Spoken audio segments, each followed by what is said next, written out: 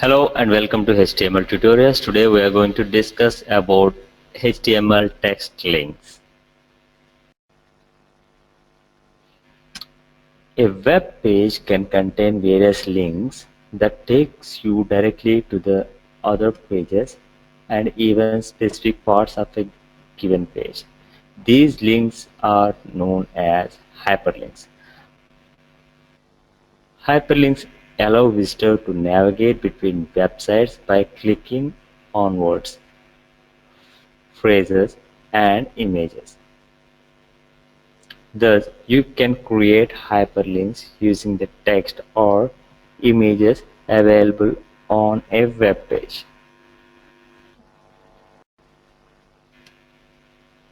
So how do we link the documents? So this is the basic syntax for linking a document. A link is specified using HTML tag A, that is an anchor tag. A surrounded by, this one. This tag is called anchor tag, and anything between the opening anchor tag and the closing anchor tag becomes a part of the link, and a user can click that part to reach that linked document. This is the simple syntax to use an anchor tag. So let us have a look at the example to understand the anchor tag. So here in this code, you can see there in the body we have a paragraph like click the following link, and we opened an anchor tag, and the anchor tag is closing, the opening is until here. In between we'll write h reference is equal to, and we paste the URL here, and we write the target, that is underscore self. What is this underscore self? I'll explain that. And we will write the name of the link here. So we say Google, and we close the anchor tag here, and we close the body and HTML as well. So this is a very simple program. Let us try to execute this one now. So here is the code. My text editor can recognize that this is a URL, so it is like highlighted and has an underline. So save it, and you can have a look at the code again. Just I am mentioning like click the following link, and anchor tag open, and h reference, and the link of the destination, and the target is self. That means it's going to open in the same window, and I'll explain you what is the target, and we are naming that Google. And if you run this, then you'll understand how it works. So click the following link, and we got the name here that we mentioned. So it has an underline, that means it is a link, so user can understand that it's a link. So when you mouse over here, you will get the clickable hand option there. When you click it, so that will redirect you to that URL that you given there. I mentioned like google.co.in here, so it is redirected to it. You click it, you'll go there. Very simple. That's how you paste, you put the URLs in your web page. So let us discuss about the attributes of a text links, the target attributes. What are they? Like underscore blank, open the link document in a new window or a new tab. When you mention underscore blank, because in the previous program we mentioned underscore self, that means opens the link document in the same frame. When you click it, the same frame will be redirected to, same window will be redirected to the destination link, website. But when you mention underscore blank, it will open a new window or new tab. If you mention underscore parents, open a link document in the parent frame. If you underscore top, opens the link document in a full body of the window. And the last attribute is target frame. Opens the linked document in a named target frame. So let us try all these target attributes in an example. Let's have a look at this. So this is an example that I mentioned. Okay, let's try to execute these things to understand the differences between each and every target attribute. So here is the code, and so we have a different kinds of set of attributes here. The target is blank here, target is self here, target is parent here, and the target is top here. So we'll save this and let us run this. Run in Chrome. Yes. Now you can see like 4 different clickable links are here. The one opens in a new window, other one is self, and opens in a parent, opens in a body. Like a self, parent, and body are very similar to each other. But when you click open in, it opens in a new window, but it is an offline. So Google will not display, Chrome will not display the target URL here, because it's this particular browser from the text editor it will work offline. So yeah, let us try clicking open itself. So this opens in the same window, and parent is also same, and opens in the body is also same. But usually the most we use open in a new window or open in self. These two attributes we use very often. Opens in a parent and opens in a body. This like it's just we have these options to use, but it was the same as open in self. So we always use open in self, and we ignore open in parent and open in body. So our next topic is use of base path. When you link HTML documents related to the same website, it is not required to give a complete URL for every link. You can get rid of it if you use base tag in your HTML document header. This tag is used to give the base path of all the links. So your browser will concatenate given relative path to this base path and will make a complete URL. So the following is the example, like for the base tag to specify the base URL. Later you can use the relative path to all the links instead of giving the complete URL for every link. Like here it's a hyperlink. We named it as hyperlink example. We gave a base tag open and href is the basic keys who mentioned, like for example I mentioned it at google.co.in and I closed it here. And here when I mention the link, I don't need to mention the google.co.in /index /html/index. I don't need to mention that. Every time if I mention like home here or contact here, or there are different sections in a web page, so I can directly mention like this here, so that when you click here this part, this will take you to the index of the Google page. If it is a home here, it will take you to the home of a Google page. If it is a contact, and it will take you to the contact of a Google page. So basically there is no index or contact or home for Google. So this program is not going to work because there is no index file for Google. Google is tried Google. So but I'm explaining you for example. So we are not going to try, but let us try it. Let us try this.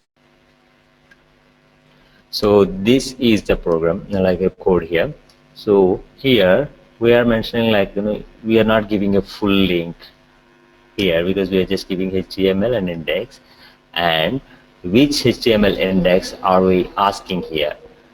that belongs to the URL given here, because we are using a base tag here. So when you this will reduce the human error. You don't need to write the complete link here.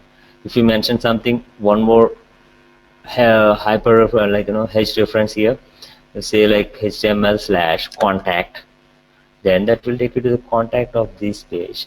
But usually Google has no contact, so our index. So probably this code is not going to work, but still we try this. Save it and run in Chrome. So when you click this, so it's saying that index.htm wasn't found in the server because Google has no index file. So this is how we use the base path. And our next option is setting link colors.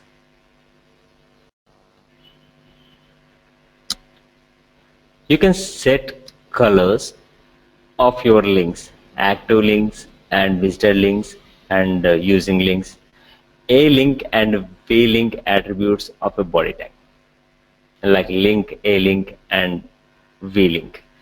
For example, like save the following in test, or like I'll explain you in this better. I can explain this better in an example. Let's have a look at this. So here, when you look at this code, we have a base. In the base, we have like a link called google.co.in. Body, we have a link. We mentioned a color here, that is an active link. And link, we have a different color. V link have different color, that is visitor link. And the link has a different color, that means it's a normal link. When you scroll your mouse over there and there is an active link, you'll get a different color. And when you visit it, so to tell that you already visited that link, you'll get a different color. Let's try this program. In this HTML code, we have a base href is a google.co.in, and we are assigning 3 different colors for the 3 different properties. One is a link, another one is an active link, and visitor link. We'll save this and let us see how it works in Chrome. So this has a normal color. When you run,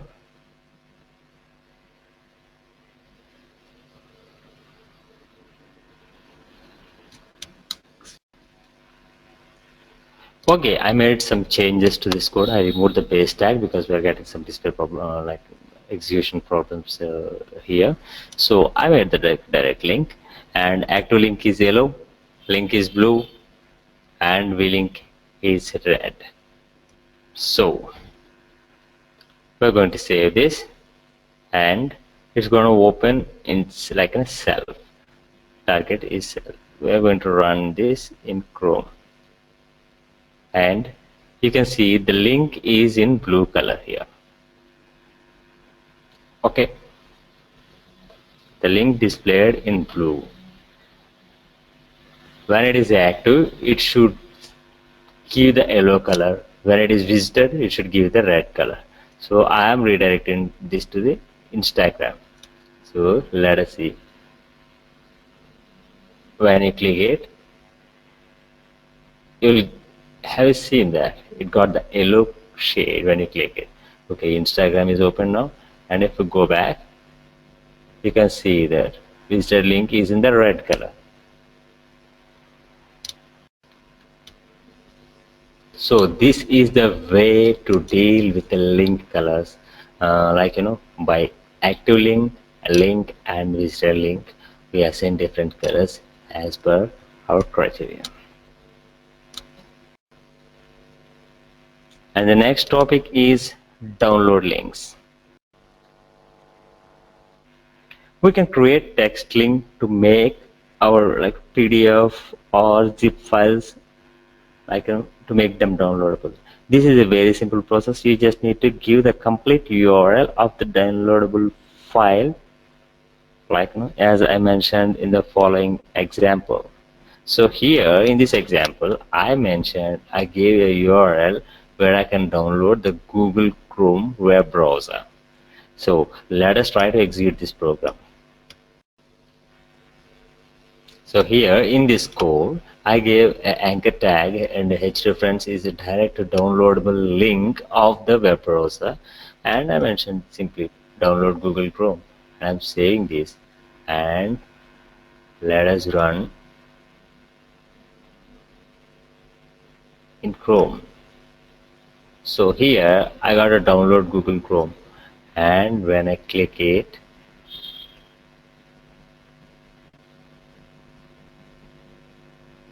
so I got this option, like, but I'm supposed to download the Chrome directly, but yeah, it's reconfirming because it's Google.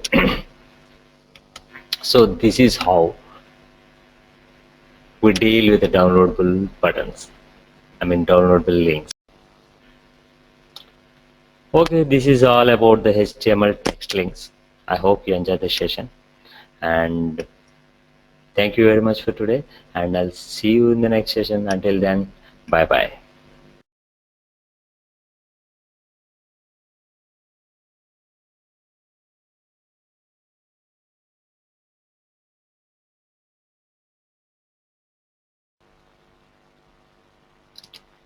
Hello and welcome to HTML tutorials. In this session, we are going to discuss about HTML frames. HTML frames are used to divide your browser window into multiple sections where each section can load a separate HTML document. A collection of frames in the browser window is known as a frame set. The window is divided into frames. In a similar way, the tables are organized into rows and columns. But there are some disadvantages of frames. Let's talk about those disadvantages. Some smaller devices cannot cope with the frames often because their screen is not big enough to be divided up. These things happen with the mobile devices most of the times.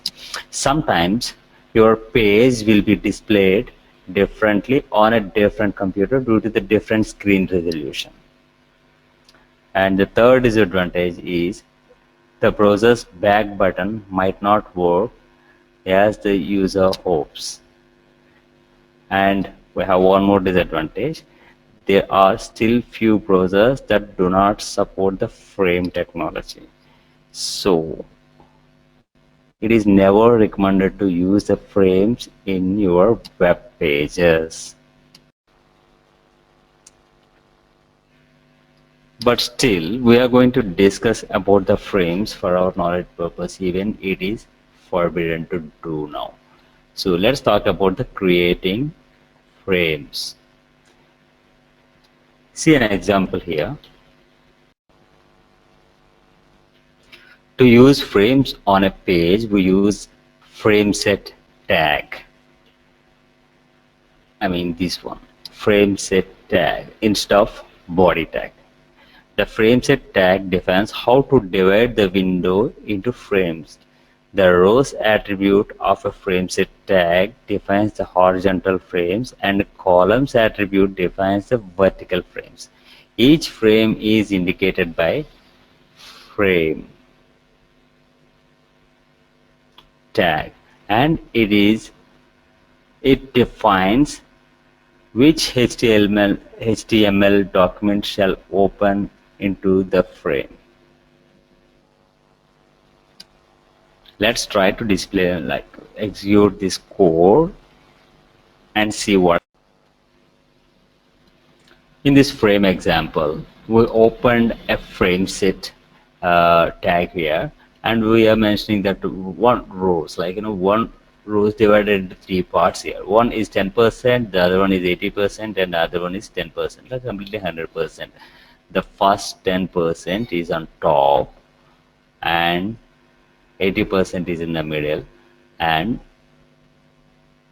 10% is in the bottom. So we have like three different sections here: top, main, and bottom. And we are saving this, and let us run this in Chrome. So this is how it looks like. Three different sections based on the percentage of like space we gave in the code. And here in body I wrote your browser does not support the frames, because if the browser is not supporting these frames, this will not execute. So you will get this message. When it supports, you will get the frames. If not, you will get this message as an output.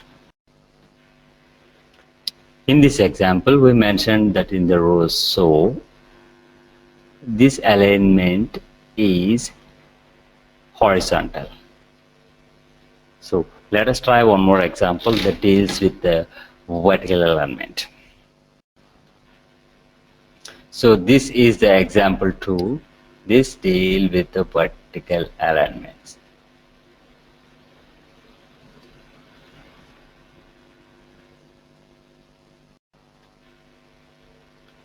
To get the vertical alignment in the frame set, I mentioned columns instead of rows. So the columns 25%, 50%, and 25%. Let's try this code and execute. So here is the code: frame set, columns 25%, 50%, 25%. So we are dividing this page into three different columns.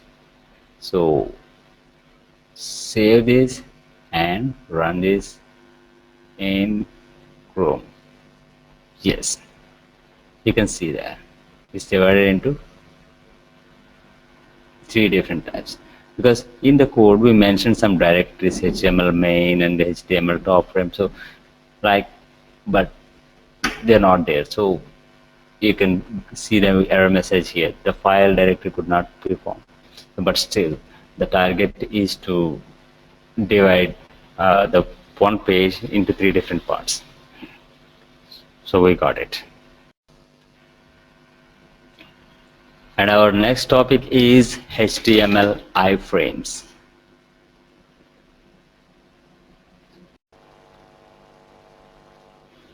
We can define an inline frame with a HTML tag called iframe. The iframe tag is not somehow related to the frameset tag. Instead, it can appear anywhere in your document. The iframe tag defines a rectangular region within the document in which the browser can display a separate document, including the scroll bar or borders. The src attribute is used to specify the URL of the document that occupies the inline frame. Let us see an example for the iframe. In this code, I opened an iframe here with a width of 560 pixels and height of 315 pixels, and I copied a URL, that is a YouTube video, and an embedded code, embedded link, and okay, let's try this and you'll understand it there.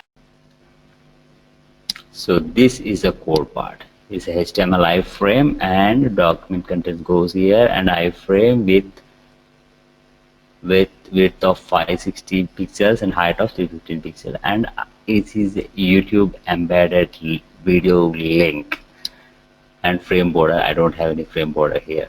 And this is how I got the code from the YouTube, and I'm saving this, and let us run this in Chrome. So here I got that video.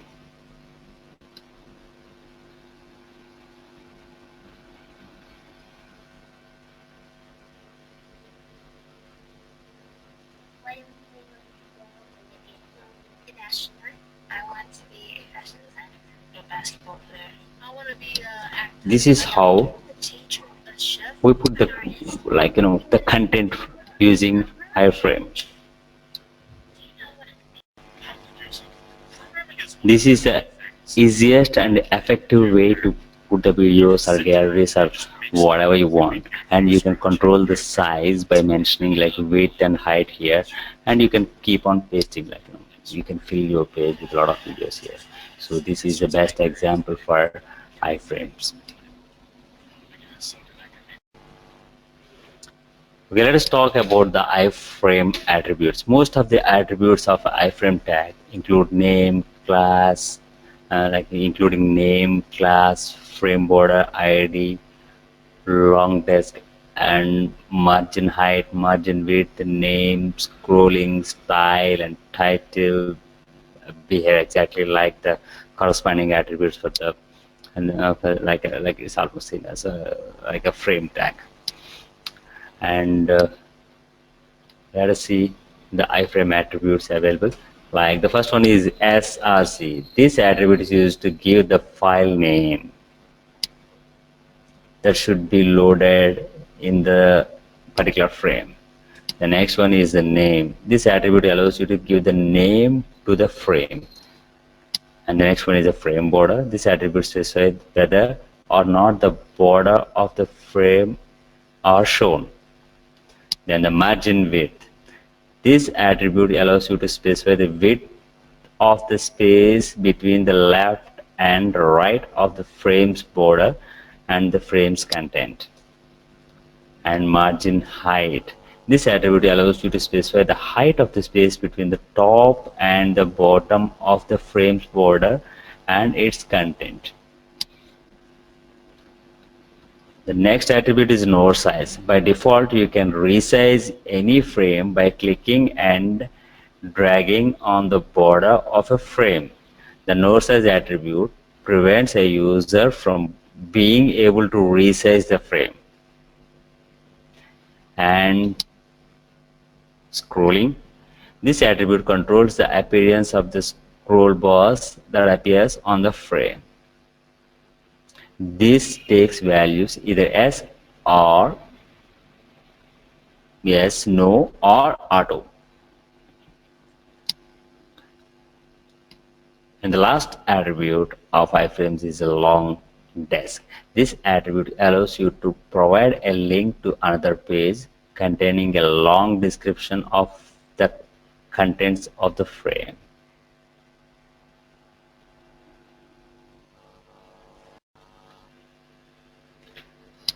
Okay, this is all about the frames and iframes. I hope you enjoyed the session today. Thank you very much, and I'll see you in the next session. Until then, bye bye.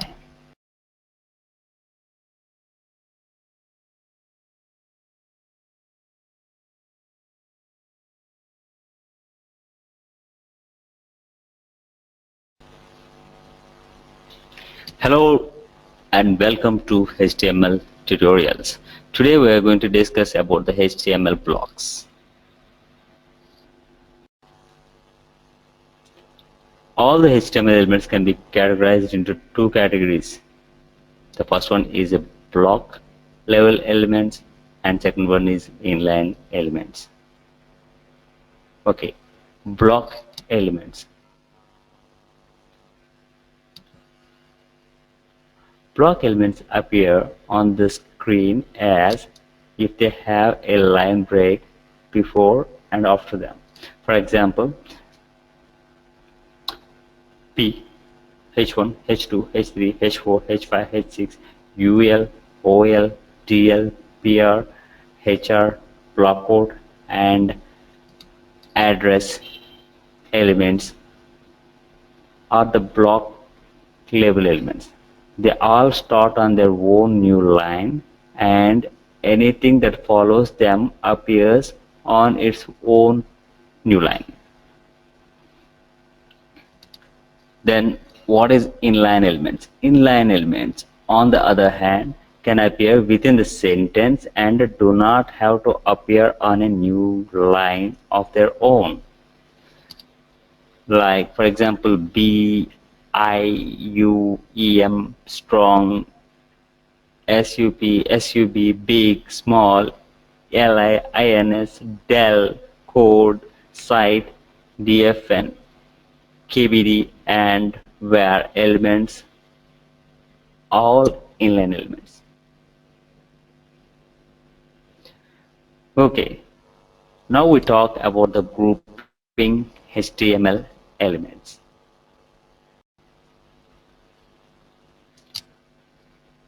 There are two important tags which we use very frequently to group various other HTML tags. The first one is a div tag, and second one is a span tag. Okay, let us discuss about the div tag now. What is a div tag?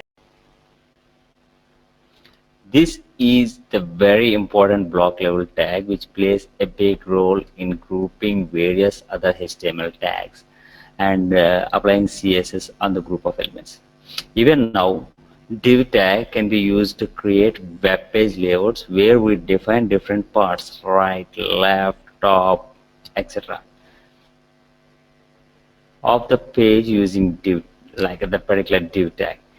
This tag does not provide any visual change on the block, but this has more meaning when it is used particularly in CSS.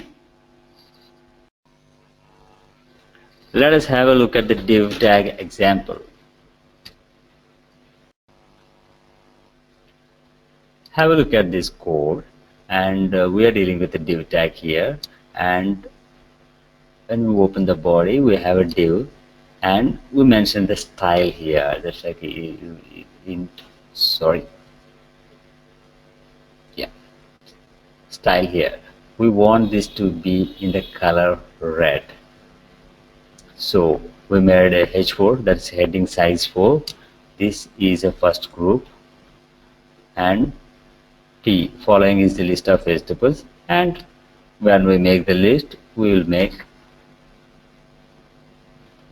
like UL, like unordered list. The list is like a beetroot, ginger, potato, and radish, and we close the unordered list here. So actually I don't have lot of space here on this presentation, that so I didn't create one more div. So but when we try this code, and I'll create one more div, and then you'll understand the difference. So let us try this code and try to execute this.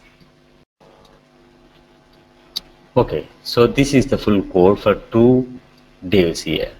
In this HTML, we have one div here, style is color red, and this is the first group, and this is the second group with the color blue. And we have the same list here.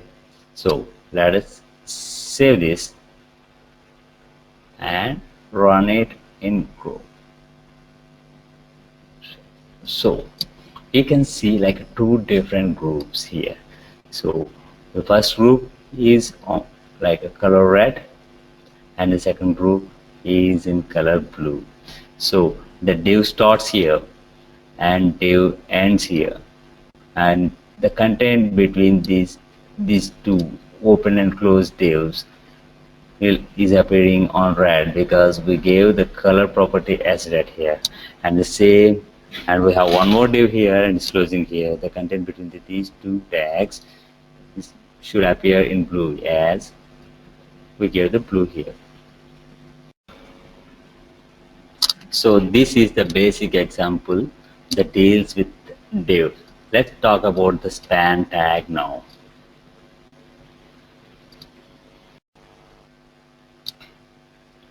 The HTML span tag is an inline element, and it can be used to group the inline elements in HTML document. This tag also does not provide any visual change on the block, but has more meaning when it is used with CSS. The difference between span tag and div tag is that span tag is used with the inline elements, whereas div tag is used with block level elements. Let us see an example.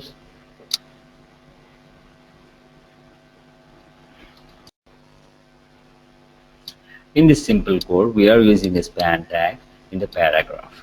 In this paragraph, we have like this is, we are giving a span and we are assigning a style color red, and so we are saying red here and we're closing the span tag. And this is again we're opening a span tag and color is green and we're saying the green, and we're closing the span tag. So when you execute this code will output this is red and this is green. So let us try to execute. Again, have a look at the code. These bold letters are gonna display in the output because my text editor will show the output bit highlighted, like in the paragraph. This is red and this is green, but we assigned this green word with a green color and this red word with a red color by using span tag. Let's save this and run this in Chrome. Yes. So as we mentioned in the code, the output is saying this is red and this is green. So this is how the span tag works. But in the div, it is different. It works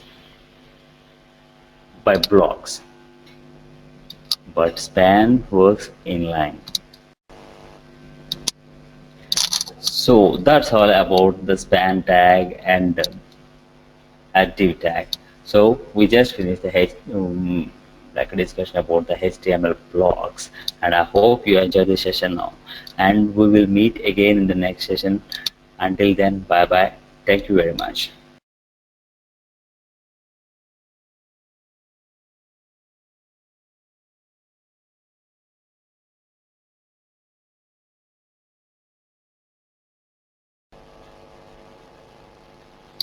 Hello and welcome to HTML tutorials. Today we are going to discuss about the HTML backgrounds in this session. By default, your web page background is white in color.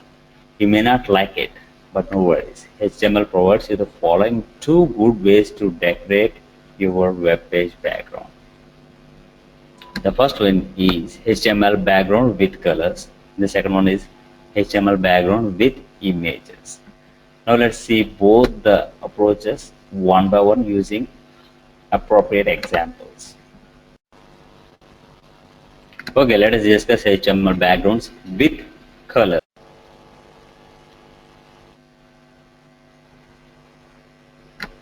The BG color attribute is used to control the background of a HTML element.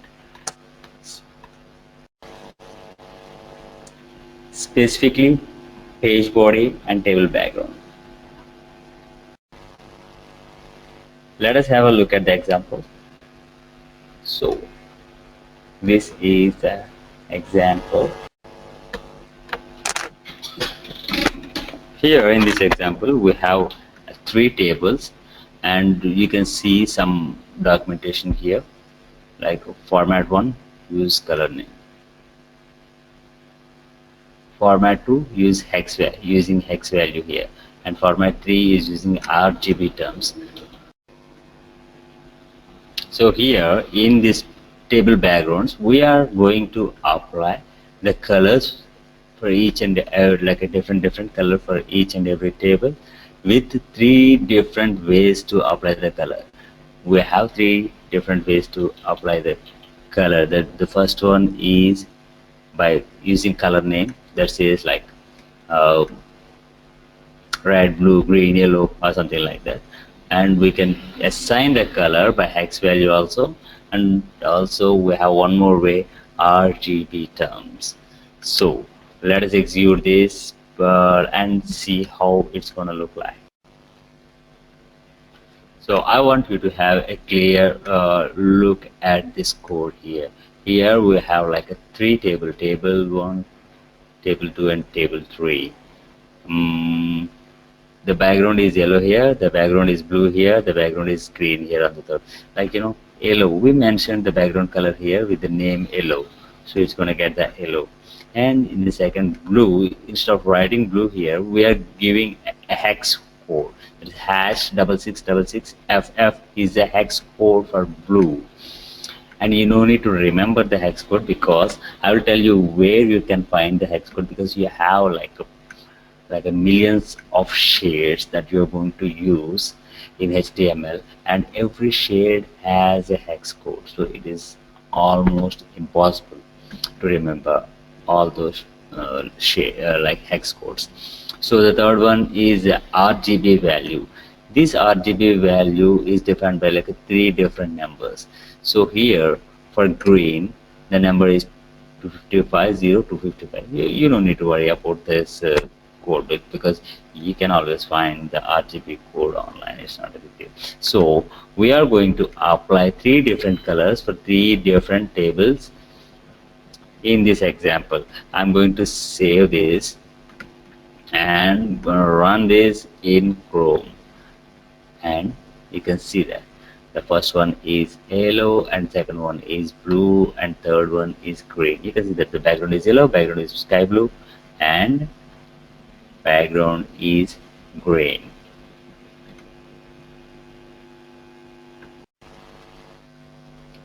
And this is the way to deal with background colors. And now we deal with background images, HTML background image. The background attribute can also be used to control the background of HTML element, especially page body and table backgrounds. You can specify an image to set the background of your HTML page or table. Before I proceed with an example, I want to give you a small note that this background attribute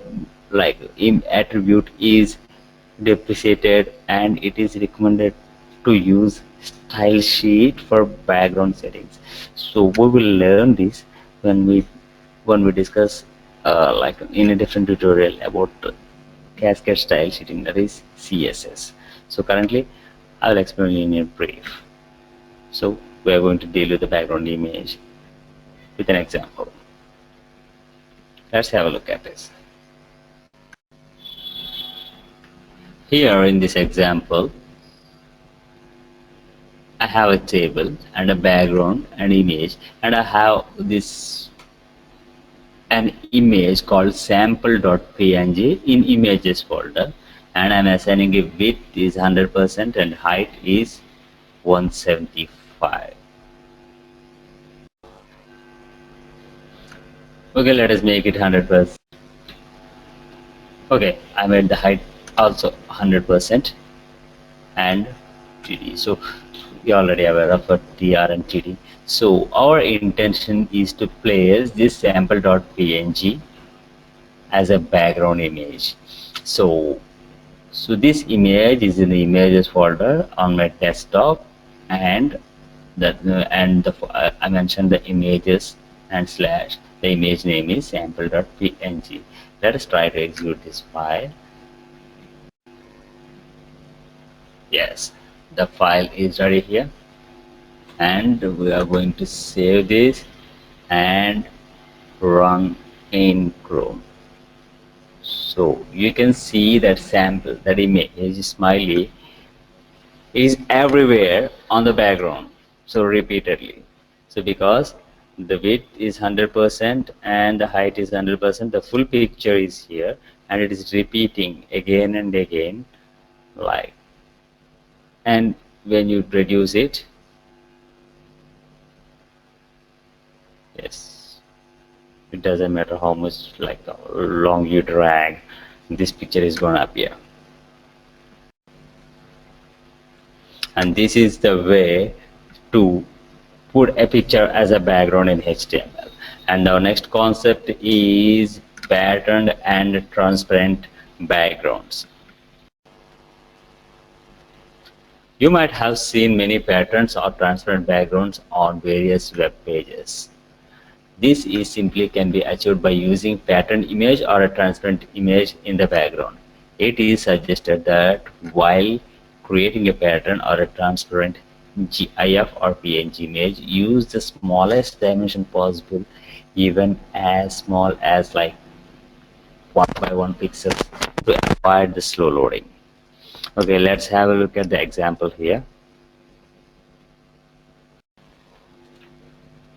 Okay, in this example, I'm going to put this like a pattern1.png with a width 100% and height 100 pixel in one table, and in another table I'm going to put like a pattern2.png with a width 100% and height 100 pixels. So these are like two different PNG pictures. I have an orange color picture here and a gray color small tile here in my images. So let us execute this, and you need, yeah, the code is here. And see, background images pattern1.png and background images pattern2.png. So this background is going to fill up with a pattern image, that is pattern 1, and this is going to fill up with a pattern 2 image. Let us execute this one and save this and run in Chrome, and you will get it like that, because I use like it's a two different tables. In one table I used the orange color, and in the other table I used like a small tail with a white border on it. So yes, this is how you get the output. So this is the way of dealing with backgrounds in HTML. I hope you understood it properly, and I hope you enjoyed the session too. And that's it for the day. This is all about the HTML backgrounds, and I'll see you in the next session. Until then, bye bye, and thank you very much.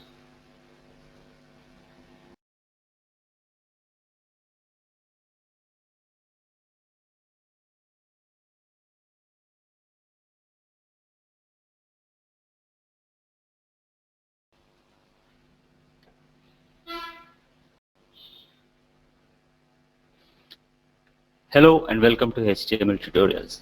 In today's session, we are going to discuss about HTML colors. Colors are very important to give a good look and feel to your website. You can specify colors on page level using body tag, or you can set colors for individual tags using BG color attribute. The body tag has following attributes which can be used to set different colors. The first one is BG color. Sets a color for the background of the page. Next one is text. Sets a color for a body text. Third one is a link. This attribute sets a color for active links or selected links. Next one is link. This attribute sets a color for link text. And vlink sets a color for visited links, that is for link text that you have already clicked on.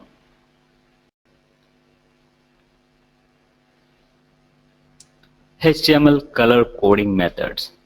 There are three different kinds of color coding methods available in HTML. The first one is color names. You can specify the color names directly, like green, blue, or red, or yellow, whatever. So you can specify the name directly there. And the second method is a hex codes. A 6-digit code represents the amount of red, green, and blue that makes up the color. That is called as hex code. And third one is color decimal or percentage value. This value is specified using the RGB property.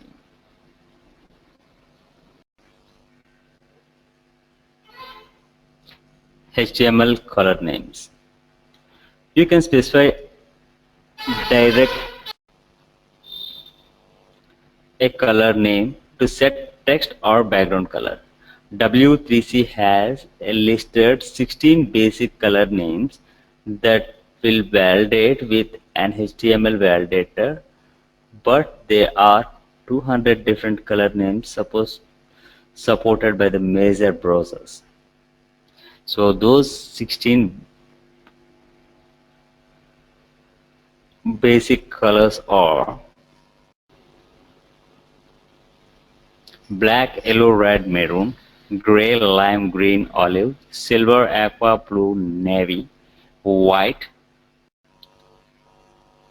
fuchsia, purple, and teal. Let's have a look at an example of using color names. Here in this example, in body, text color is blue, background color is green, and table background color is black, and font color in table is white. So let us execute this code and see the result. So this is the code in my text editor. I'm saving this. So here the body text color is blue and the body background is green, and we have a table here. Table background color is black and font color is white. So I'm running this in Chrome,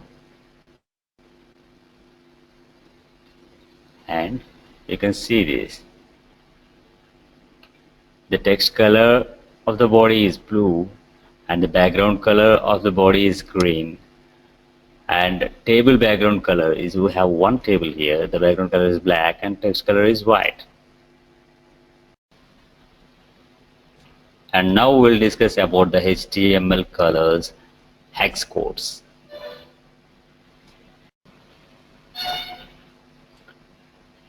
A hexadecimal is a 6-digit representation of a color.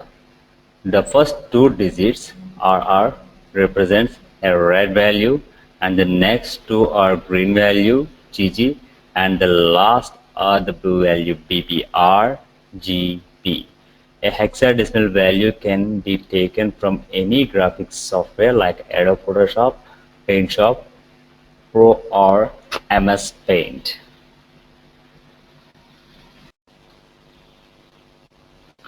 Each hexadecimal code will be preceded by a pound of hash sign. This one. Following, we can see that in the presentation, these are the few colors using hexadecimal notation. Let's have a look at the example that is using hex color codes.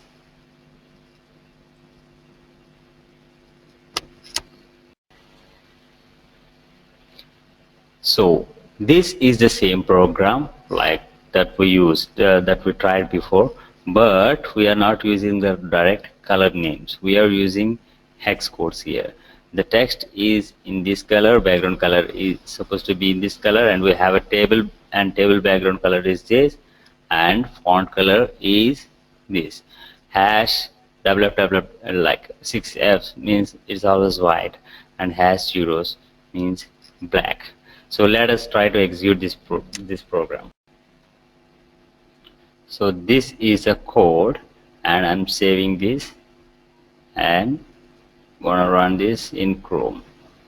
So we'll get the same result like we got before, like the program and the code that we wrote for straight color names. And now we discuss about HTML colors RGB values. So these are the RGB colors. So RGB with some value in the bracket, in the braces. This color value is specified using the RGB property. This property takes 3 values, one each for red, green, and blue. The value can be integer between 0 to 255 or a percentage.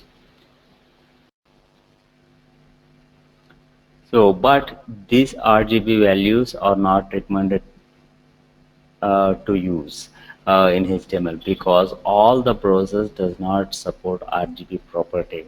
So instead of that, we use straight color names or hex codes. But still, our practice purpose, we are going to have a look at an example and we'll read the code and we will execute it and see. This is the same code like a previous two codes, but we are just changing the color nature, like here. First we use the color name and next we use hex codes. Now we are using RGB values, but the code was same. We are just changing this. Let's try to execute this. This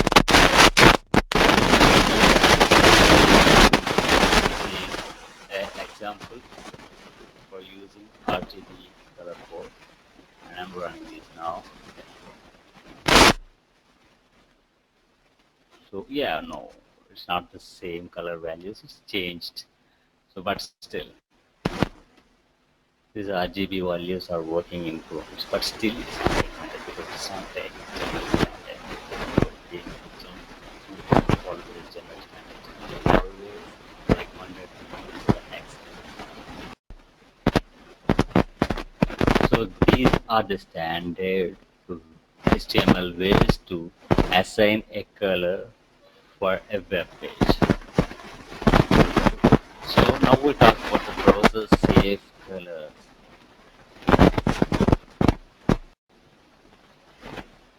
If you click the link here, see the list of 260 colors which are supposed to be safe, best, and computer independent colors.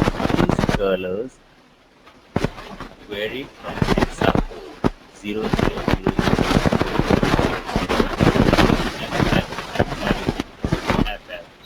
and they will be supported by all the computers having 256 color.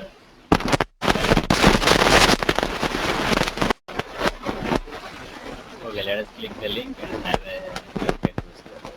So these are the browsers you are allowed to use all of them.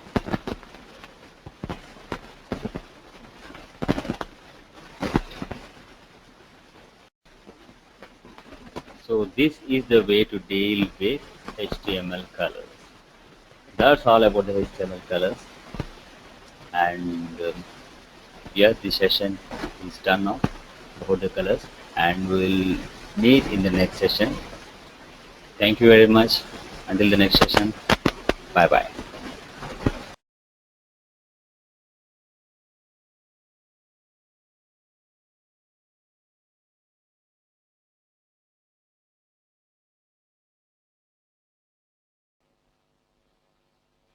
Hello and welcome to HTML tutorials. In this session, we are going to discuss about the HTML fonts. Fonts play very important role in making a website more user-friendly and increasing content readability.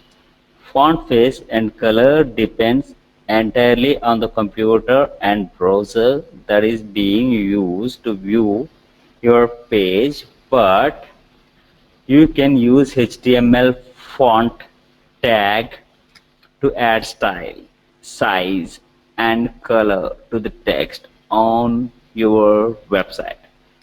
You can use a base font tag to set all of your text to the same size, face, and color. The font tag is having three attributes called size, color, and face to customize your fonts. To change any of the font attributes at any time within the web page, simply use the font tag. The text that follows will remain changed until you change with the /font tag. Change one or all of the font attributes within one font tag. But the font and base font tags are deprecated and it is supposed to be removed in a future version of HTML. So they should not be used. Rather, it is suggested to use CSS styles to manipulate your fonts. But still, for learning purpose, this chapter will explain font and base font tags in detail.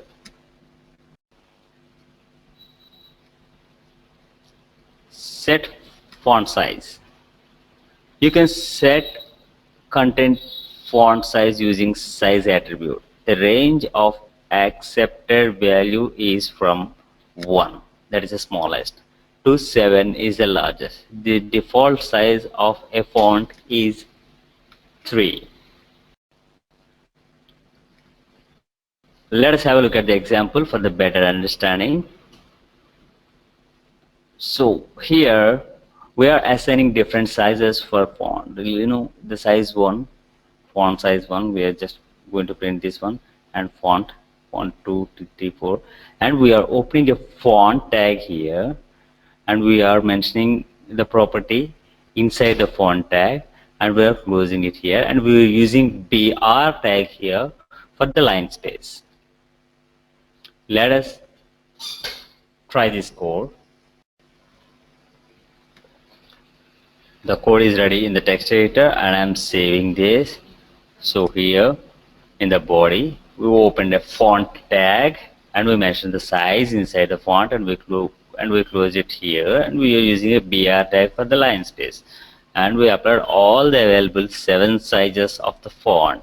So let us try to run this in Chrome, and that will give you the result like this.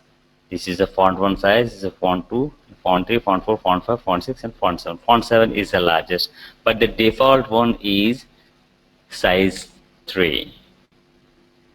If you don't mention any size here, you will get the size 3. That's the default value.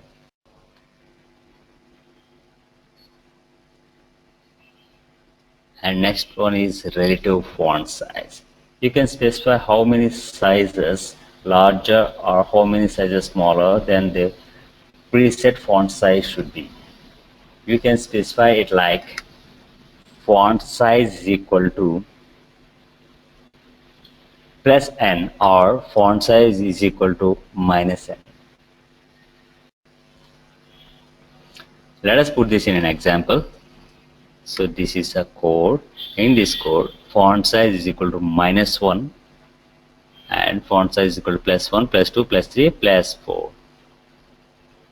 Let's try this code in the text editor and execute it in the web browser. In this code, you can see that gradually by every line, the size is incrementing. And I'm saving this and running in Chrome. So yes, there is a -1 font size, there is a +1 font size, a +2, +3, and +4.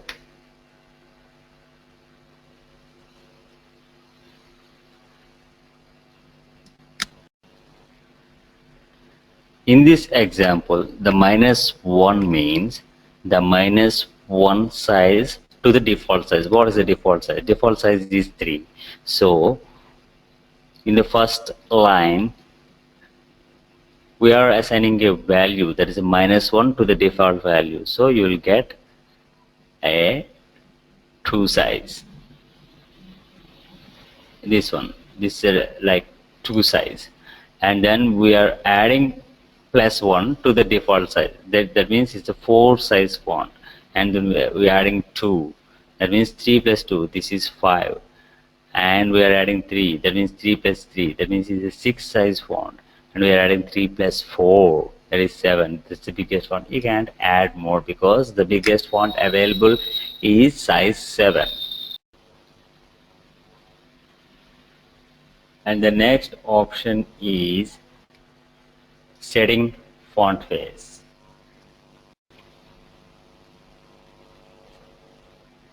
We can set font face using the face attribute, but be aware that if the user viewing the page doesn't have the font installed, they will not be able to see it. Instead, user will see the default font face applicable to the user's computer.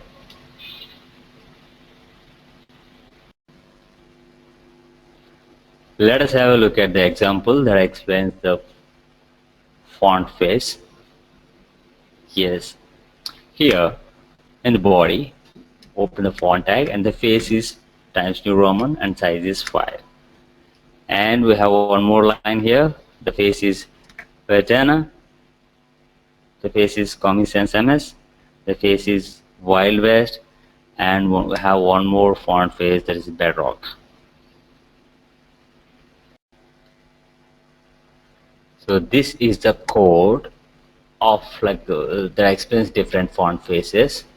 So we are having like 5 different font faces here. I'm saving, and we are using a BR to get the line space here. And let's try.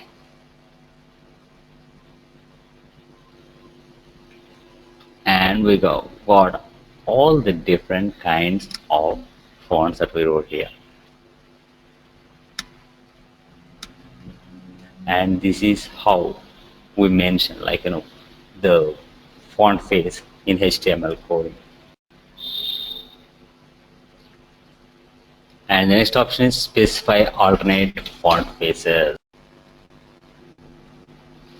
A visitor will only be able to see your font if they have that font installed in their computer. So it is possible to specify 2 or more font faces for the alternative by listing the font face names separated by comma like this. If you mention the Arial, they don't have Arial installed in their computer, then the browser will render this font Helvetica. And you can mention more than 2 font faces. See, in this example, it mentioned 3 different kinds of font faces. 2 of them are alternative for the first one. Lucida calligraphy is the primary font. If they don't have this, then browser will check for the Comic Sans MS.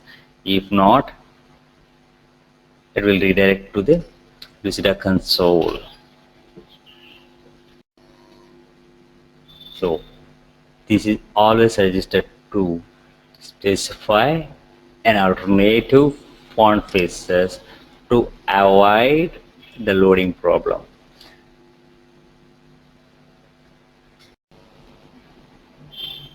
And our next topic is setting font color. We can set any font color we like using color attribute. You can specify the color that you want by either the color name or hexadecimal code for the color, like this. In this example, you can see that we have 2 different font lines here. The first font line has a hexadecimal code, and second one has a color name here. Let us try this program. So here is the code. The first color is #FF00FF, and the second color is red. I'm saving this and running in Chrome. Yes, the first one is in pink and the second text is in red. That's what we wrote here. Yeah, this is how you assign colors to the font. And the next option is the base font element. The base font element is supposed to set a default font size, color, and typeface for any part of the document that are not otherwise contained within a font tag. You can use the font elements to override the base font settings. This base font tag also takes color, size, and face attributes, and it will support relative font settings by giving a size a value of +1 for a size larger or -2 for two sizes smaller. And yeah, it might be confusing for you when I explain it like this. I think it is better to go with an example. Have a look at this. In this example, you can see that the base font face is mentioned like Arial or Vecna or sans serif. Size is 2 and the color is mentioned here. So this is a page default font. And the next one is H2, example of base font element slash, like we're closing the heading there, and I'll explain you what is this NLT and NGT. I'll tell you that this is to provide this greater than and less than symbols, like the braces around this particular word. When we see this in the browser, you will understand it better. And we have a font size +2 here, and color is dark gray, and we have a font face Courier here, and size is -1. The color is. Let us execute this program in a browser and see how it looks like. Yeah, this is a code in the text editor, and I'm going to save this and run this. Yes. So this is the result. Let us compare the result with the code here. The base font is Arial. This is the Arial font, and size is 2, and the color is this. And the next one is color dark gray, and the font size is +2. That is mean the default font size is 3, and +2 means it's a size 5 font, and it's a. And the last one is a Courier with a -1, that is 2 size font. And a very important thing, one more tag I want to mention here, like this tag and LT and NGT is to provide these brackets here, because if you write strictly brackets in a code, that will be considered as a tag. So you are not allowed to use those brackets in the code. So to print them in the browser, you need to use NLT for the opening bracket and NRT for the close bracket. So this is the way to work with the HTML fonts, font faces, colors, and sizes. That's all about the HTML fonts. That's it for the day. Thank you very much. See you in the next session. Until then, bye bye.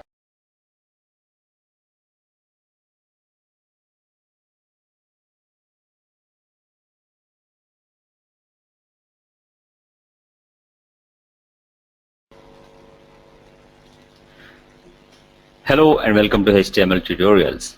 Today we are going to discuss about HTML forms in this session.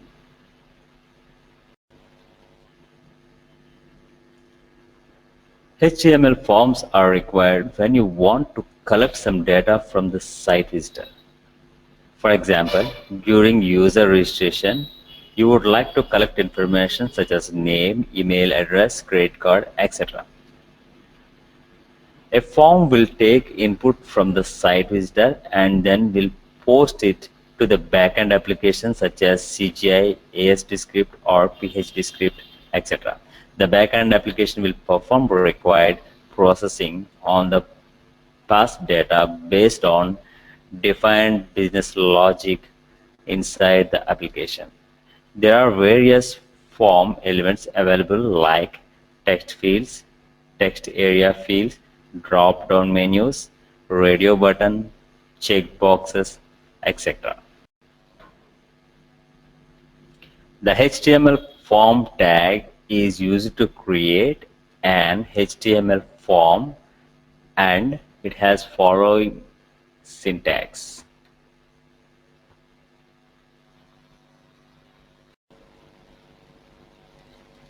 In the HTML form code, we open a form tag and we write the action there, and we give the URL and method is a get or post, and we close the form. Now we discuss about HTML form controls. There are different types of form controls that we can use to collect data using HTML form. The first one is text input controls. And next one is checkboxes control, radio box controls, select box controls, file select boxes, hidden controls, clickable buttons, submit and reset button. Let's talk about the text input controls.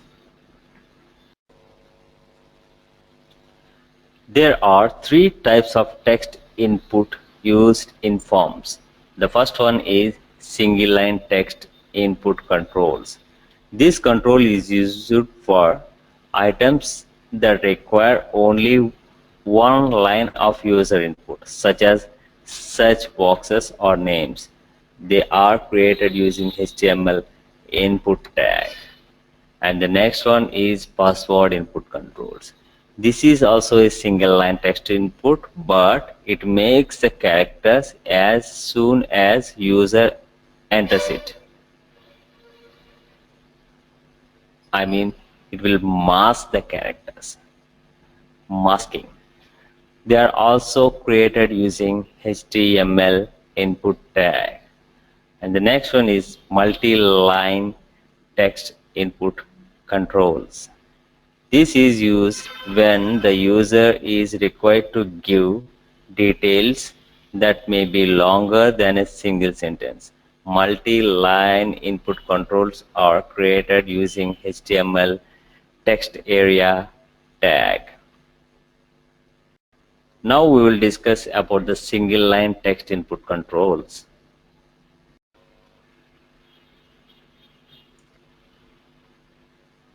This control is used for items that require only one line of user input, such as search boxes or names. They are created using HTML input tag. Let us have a look at the example for single line text input controls. In this example, in body we are opening a form, and form consists of first name, that is input, type is text, name is equal to first underscore name, and then we are using a BR for space, and last name, input type text, name is equal to last name, and we are closing the form and body here. Let's try this example in the browser. So this is a code example for single line text input control. Here this form consists of two different parts. So one is the first name and the other one is last name. Let's save this and run this in Chrome. So this will gives you the first name and last name. It's a single output. We are using a BR tag between the first name and last name to get the line spacing. If you don't use the BR, you'll get both the columns, both options in a single line. And the next option is password input controls.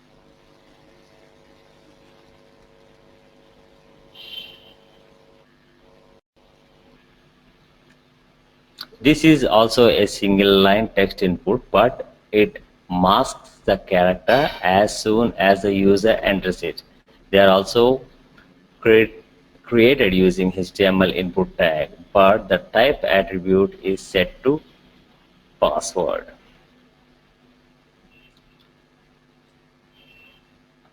Let's have a look at this example here.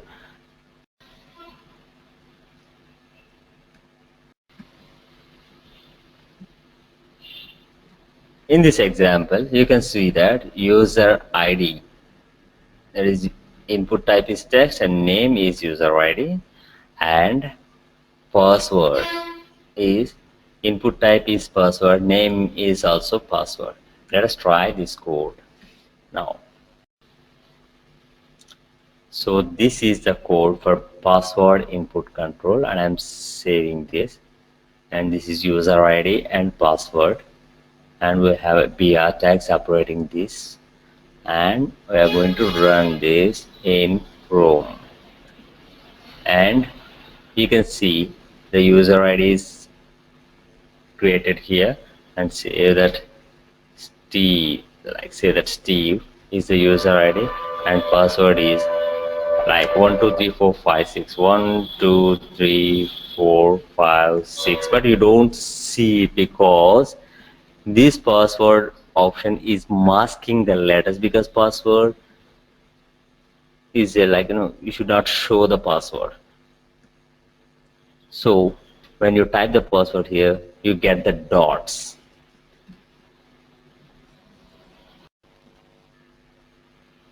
And the next option is multi-line text input controls. This is used when the user is required to give details that may be longer than a single sentence.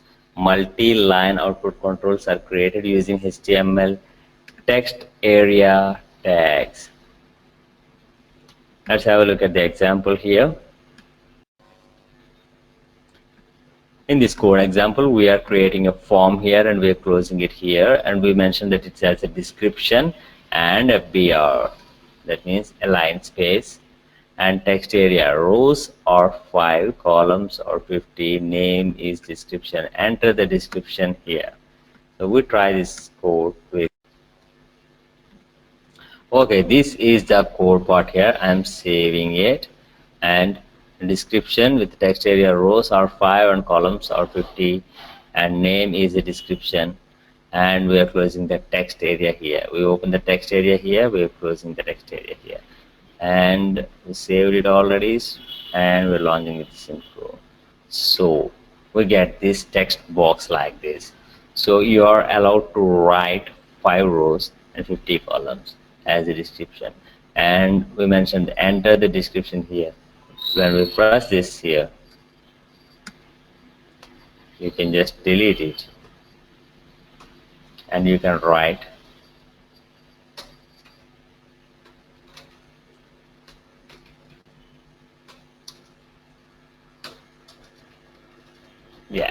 you can write as much as you can, because it is showing only 5 rows. That doesn't mean that you can only write the 5, but you have a provision to write the 5 rows, and you can write more, but there is no restriction is mentioned in the code. And our next option is checkbox control. Checkboxes are used when more than one option is required to be selected. They are also created using by HTML input tag, but the type attribute is set to checkbox. Again, see the example here. In this example, in the form input type is the attribute is checkbox, name is match, value is on. And we have one more input because we have more than one option. When we have more than one option, we will select the checkbox attribute. So we have two different options here, like input type checkbox, name, physics, value, on. So this is the code and I'm saving it and going to run this in Chrome. And see, you get the maths or physics. You can select this and you can select this too. So when you need to select like more than one option, we'll go with checkbox. You can go with n number of checkboxes. And the next option is radio button controls. Radio buttons are used when out of many options, just one option is required to be selected.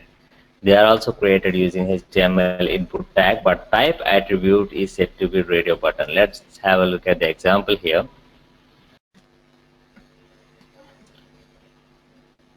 Okay, we have the same code, like same previous code here, but instead of type, instead of radio button, instead of checkbox, we are using radio button as a type attribute. So rest is the same: subject, math, subject, physics. So let's try this code. So this is the code and I'm saving this. Run and launch in Chrome. Then you get this round radio button. So you can select this maths. If you want to select the physics, the selection is switching to physics. So you can only select one option here, either maths or physics, either this or that. You can make many radio buttons, as many as you can, but in this radio button option, you can only, the user can only pick one of them. The rest will not be selected when you choose one there. And the next option is select box control.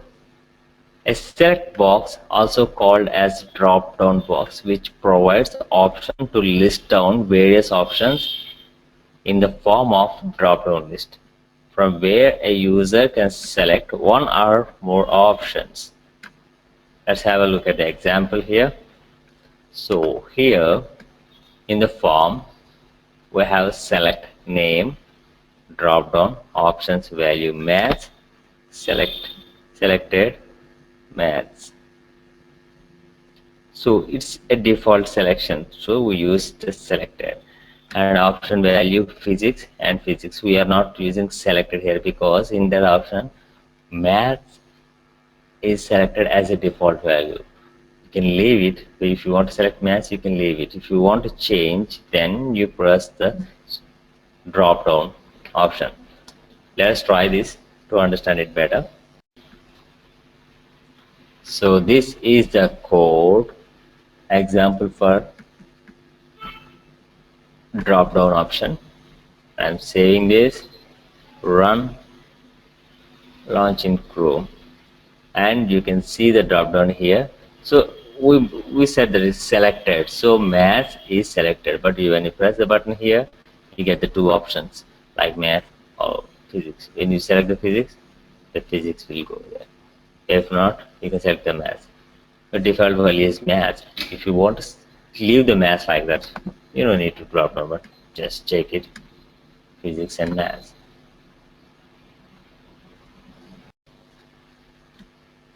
And our next option is file upload box. If you want to allow a user to upload a file to your website, you will need to use a file upload box, also known as a file select box.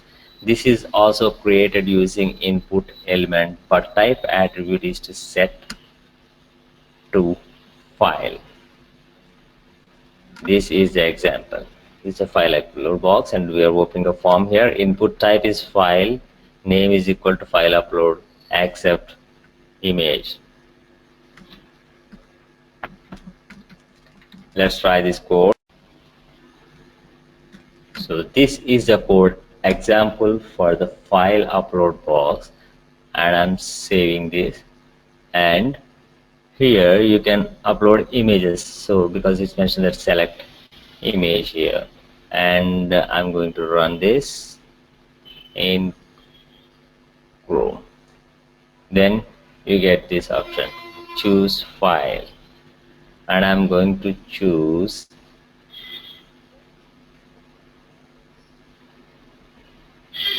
from images. I'm going to choose a smiley like sample.png, and this is how we create the file upload option in HTML.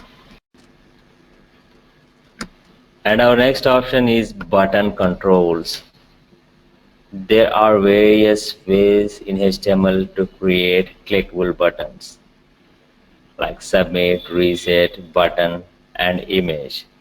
Let's have a look at the example here. So we have a submit, reset, button, and image, like all four types of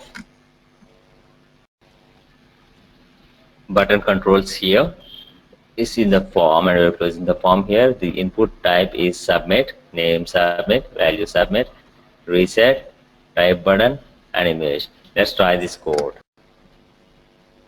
So this code is the best example for button controls, and I'm saving this. So we have four types of button controls here: submit, reset, button, and image. And I'm running this in Chrome, and we get,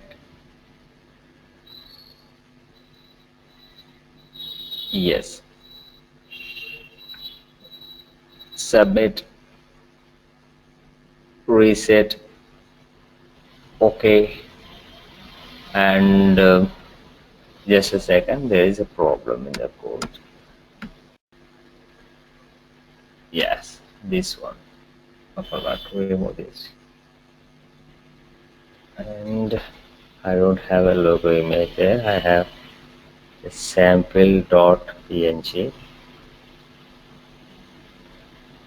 in my folder. Okay, I'm saving this. I'm going to run this again in Chrome. Yes, I have this image like submit, reset, okay, and yeah, this is also a button, but this image is a bit bigger, so you got a bigger image, but you can control it by giving the size parameters. So if you see them, all these buttons are clickable, all four of them. And the next option is hidden form controls. Hidden form controls are used to hide data inside the page, which later on can be pushed to the server. Example. Yes. Here in this code, we are dealing with the three different types. And first one is type is hidden, and name is page name, value is 10. A type second one is a submit, submit. A third one is reset, reset, and reset. So let us try. So yeah, this is the code, and I'm saving this and gonna run this in Chrome, and we'll get like this page 10, submit and reset. Hidden form is being used to keep the current page number. When a user will click the next page, then the value of a hidden control will be sent to the web server, and there it will be decided which page has be displayed next based on the past current page.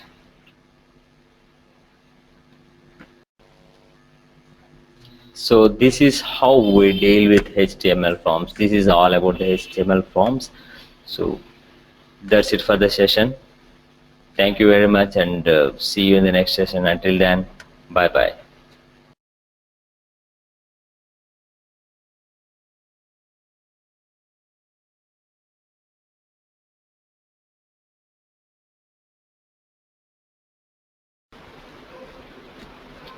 Hello and welcome to HTML tutorials. Today we are going to discuss about HTML marquees. An HTML marquee is a scrolling piece of text displayed either horizontally across or vertically down your web page depending on the setting. This is created by using HTML marquee tag. But the problem with the HTML marquee tag is this tag may not be supported by various browsers.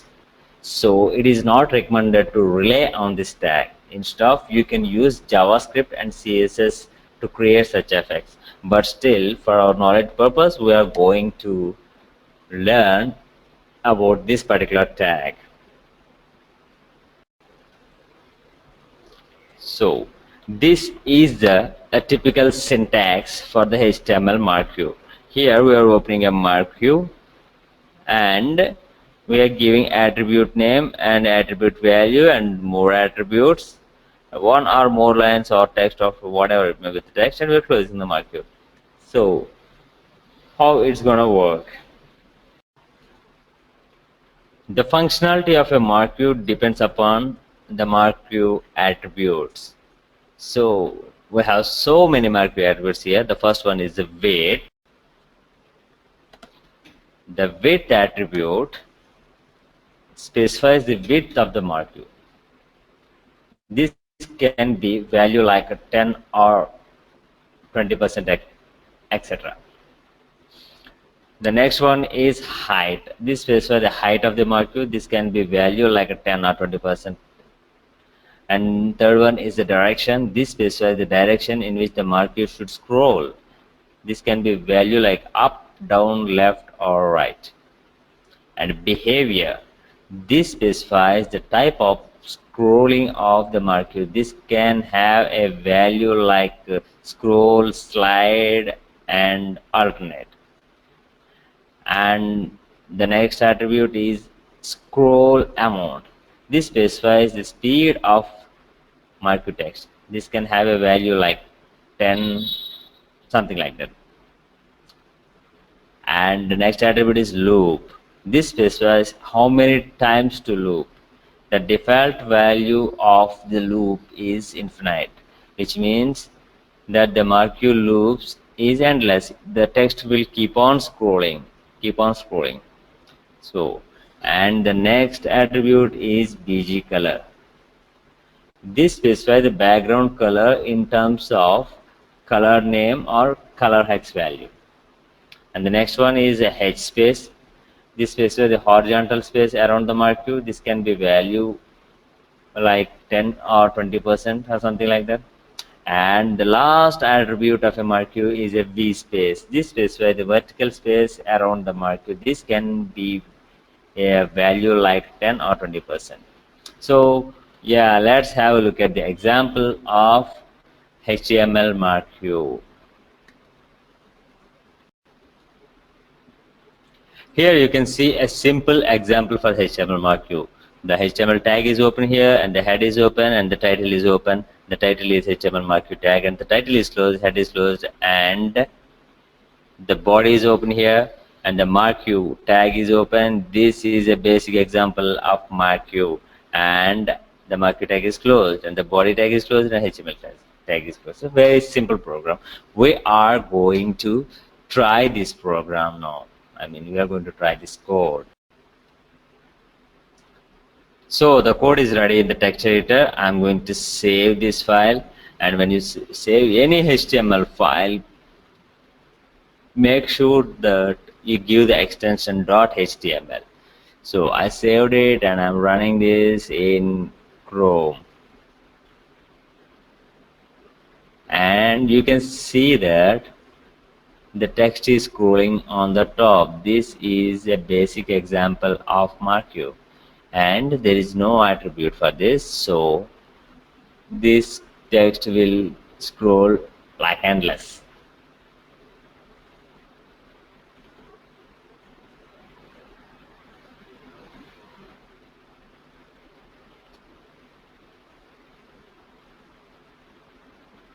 and this will keep on scrolling like that.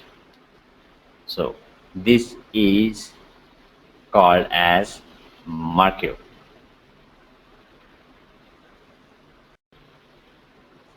Okay, let us have a look at one more example of marquee. Here we are giving some attributes to the marquee.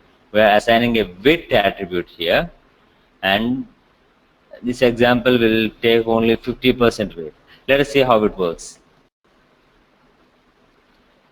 And the code is ready here.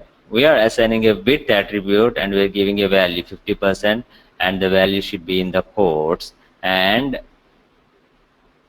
we are writing some text here. This example will take only 50% width of the browser. That means like closing the market, and I'm saving this and running in Chrome, and you see.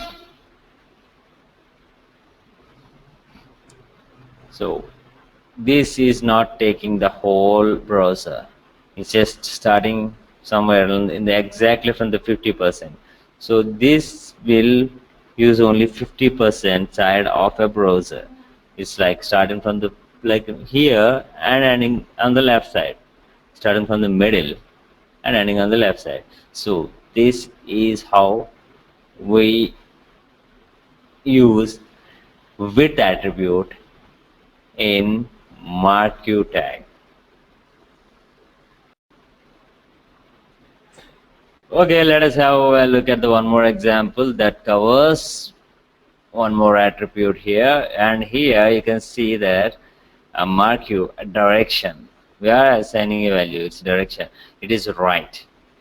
We are giving the attribute is direction, and we are giving the value is right side. This will scroll from left to the right. Usually we have seen the like previous example, it was scrolling from right side to the left side, so the direction to the left side. But here we are giving a direction attribute called it should go to the right side. So let us see how this like code works.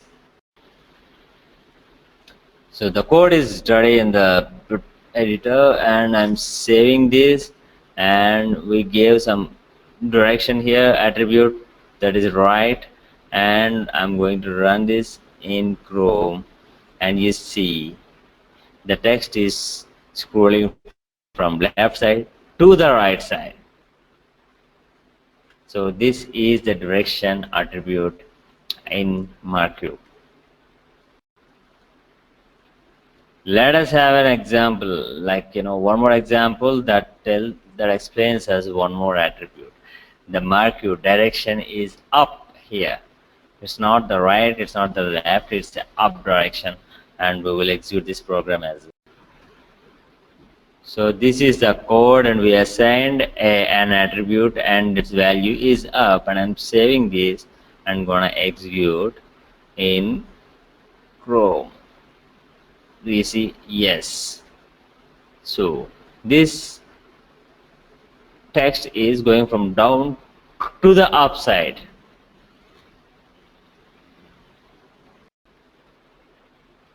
So these are the different examples to configure the marquee by using the attributes, direction, and like different attributes. So we have seen like 4 examples, and we are going to go for the next topic, that is HTML headers. In our previous sessions, we already have learned that the typical HTML document will have a structure like this. HTML opens here, and at the beginning and close in the last, and the very next is and HTML to closing HTML is one container, and the next container is inside the HTML container is head, and we close the head, and one more container is a body, and we close the body. And now we are going to discuss about the first container inside the HTML container, that is head container. Here in this part we are going to get little more detail about the header part. which is represented by HTML head tag. The head tag is a container of various important tags like title tag, meta tag, link tag, base tag, style tag, script tag, and no script tags. So let us have a look at those important tags of head container. The first one is HTML title tag. So here, the purpose of this tag is to specify the title of the HTML document. So in this example, we are giving a title to this entire HTML document. That is HTML title tag example. That is a title. So we will use this tag to name the document. And the next one is a meta tag. Have a look at this. What is the HTML meta tag? The HTML meta tag is used to provide metadata about the HTML document, which includes the information about the page expiry, page author, list of keywords, page description, etc. So this is the few important uses of meta tag inside HTML document. You can see that here. In the first option, meta name, keywords, content like C, CPP, Java, PHP, Perl, etc. Like a lot of things, and meta description, and meta author, and meta content type, meta refresh, and meta expires, and meta robots.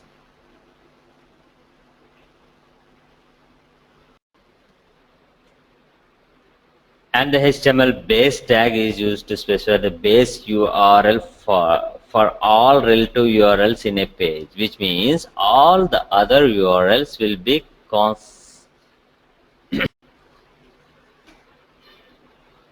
concatenated into base URL while locating for the given item.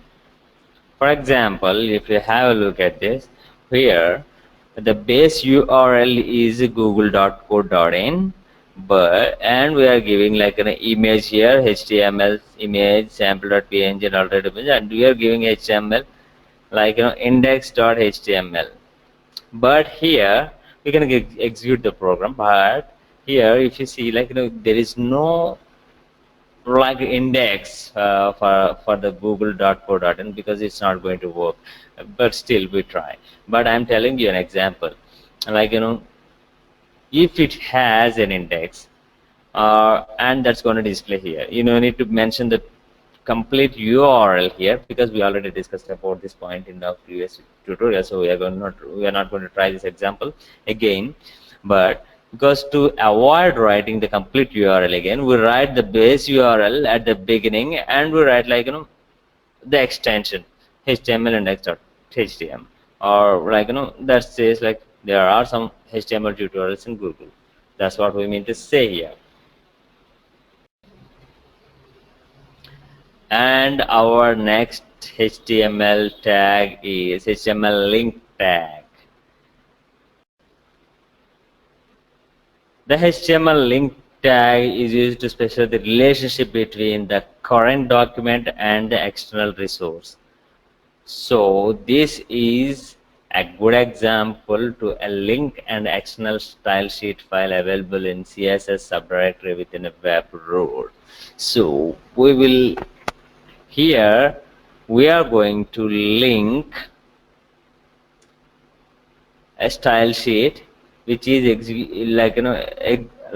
located in a different directory of the same folder, because if you don't understand the linking here, you don't need to worry about this because it's completely a CSS topic. So you will learn linking CSS cascade style sheet to the HTML page when you learn CSS. Currently it's just a mandatory sorry it's a mandatory for me to mention this, but it's not really essential to learn this concept when you are learning HTML, because it's very good. It is good to learn the HTML basics here and to remember them, so that you can learn other things very easily. When you learn CSS, anyways, you are going to concentrate on this particular topic, because you should know how to link the CSS with the HTML when you learn the CSS. Without HTML, you can do nothing with the CSS. You write CSS for HTML. So when you learn the CSS, you will learn how to link that CSS with HTML. And our next head tag is a style tag. This is also a HTML related. So not HTML. This is also like completely a CSS related article. But I'll tell you what is a style tag for your reference. The HTML style tag is used to specify the style sheet for the current HTML document. So this is the example here. In the base, we have, like, yeah, you can forget about the base here. And style type is equal to text underscore CSS my class, and you are giving some kind of we are assigning a class here, and so that and background color is this one, and padding is 10 pixel, and you're closing the style here. So why are you assigning this class? Means you can use this my class anywhere throughout the HTML document, and you will get the background color this and padding with this one. So you'll understand this when you learn CSS. So here, so you can see that P class my class. So in this paragraph, like I used my class. So here for this text, background color will get this color, and padding with a 10 pixel. So this is how we use it. So this is also one more CSS concept. You don't need to bother about this. You will understand this very clearly when you learn CSS. And the next topic is HTML script tag. This is completely unnecessary tag now, but we are discussing about the tags, that means header tags. So I should mention all these like famous tags, but you are learning HTML, or you are not now. You are not learning any kind of scripting now. This is completely a JavaScript tag. Let's have a look at the example here. It's completely a JavaScript. So here base, we have to worry about that. We open the script tag here in the head, and type is text slash JavaScript, and function, we are writing a function here, hello alert hello world, and the script is closed here, and the script tag is closed, head is closed here, and input button, click hello, name okay, value okay, and yeah, we can try this program, but it's not essential now because it's a script program. But we have a script tag that we are going to use. We should use that in the head section, so that we can write our JavaScript there. So that's it for this session. In this session, we learned about HTML markers and HTML header. I hope you like this session, you enjoyed this session. Thank you very much, and we'll meet in the next session. Until then, bye bye.